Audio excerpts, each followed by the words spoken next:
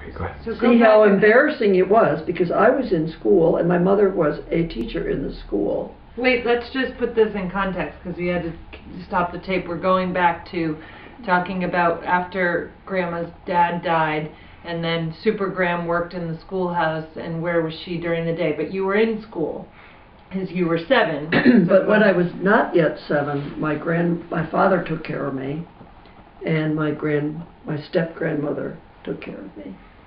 But when my mother taught school, and I would go to school with her. Many times I went to school with her, even though I maybe wasn't old enough, but I would tease to go, and she'd take me, and then all the kids wanted to sit with me. The reason being that I was blonde, had blue eyes, and they were all dark. They're all Italians. So, and one girl had very long, pretty curly hair, and she wanted me to sit with her, and I did, and I got head lice. Oh my gosh, I was a mess, because in those days the sanitary toilet, people didn't bathe as often, they didn't wear deodorant, they didn't shampoo every day, so I got head lice, and that was really trouble. But then people got head lice, so there were a lot of remedies, which was painful stuff that they, or not like what? Stinky stuff that they rubbed in, and then you had to have a fine tooth comb to get the little eggs, which hatch. Oh, that's so disgusting. But then I did sit with this girl, and what was her name? Do you remember? I think she was a Loretto, or they had a family of Lorettos. There might have been one, I don't know. But then the other thing is, I would say, could I help clap the erasers? That's a chore that kids love. They want to go out back and hit the erasers together, because then the chalk dust, it's like a fresh eraser the next morning to write on the chalkboard. And she would never let me clap the erasers, because that would mean that she was showing partiality to me, and some other kid should have that privilege, that honor of going out in the backyard. And we'd even hit the erasers against the building and leave these big square chalky white marks. But now I'm sure they have an electric eraser cleaner, or they don't use a blackboard. But anyway, she taught, and she was a marvelous teacher, and got something like $30 a month. But everybody loved her, because in those days they had no budget, and she would buy things from her own cash reserve to have the kids use in school. Wow, nothing changes in 90 years, right?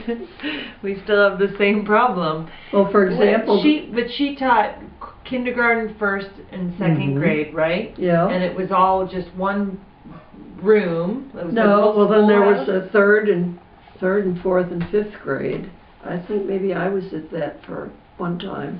Then the older kids, like 6th, 7th, and 8th, were upstairs with this principal, this man teacher, and he was like the head of the whole school, and he made sure that if anybody did something really bad, he was the punisher. So it wasn't a one-room schoolhouse? No, not really. It was a building? No.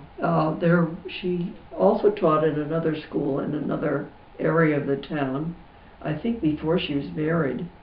But she had not a college education, but it was a teacher's training course. She was the only one in her family that went through high school.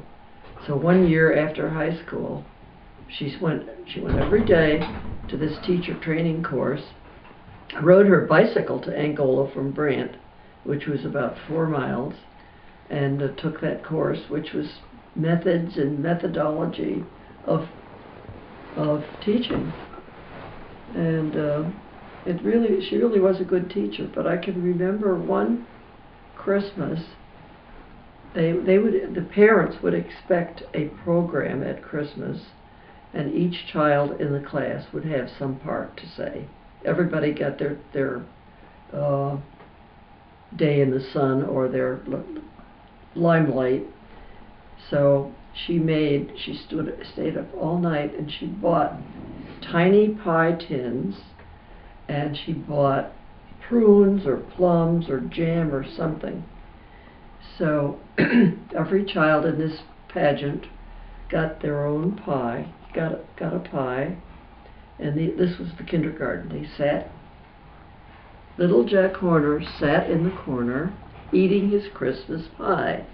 He put in his thumb and pulled out a plum, said, "What a good boy am I." Of course, the parents loved it, but she had baked all these pies, or whatever they could eat, something edible. And she did it. They would buy folding paper boxes about the size of a, if you've ever seen animal crackers, you know the animal cracker box with cages, and about that size. They would buy it and fill it with candy. Each kid got a box of candy. I bet she was a popular teacher. Oh, of course. But you know what? Somebody came along with a college education who was related to one of the trustees, so my mother was out. Oh, no. They had no contracts. They had maybe a verbal agreement that you'll teach as long as you can, but there was nothing like that. So she lost her job, and that embittered her. She would never teach again. What year was that? That was about, let's see, well, Daddy died in 1930. That was probably about 32. Oh, so not long after. Well, that was the worst thing. She had no husband. Of course, Grandpa was good to us. And Aunt May put up with us. But then her bank failed. That was the Great Depression. Any money that she'd have been able to save, she lost it. Flat out lost it. And she also had a couple of shares of stock in the bank. That was worthless. And so that was a bad time for her. And people think they have it hard now. That was a bad time for her.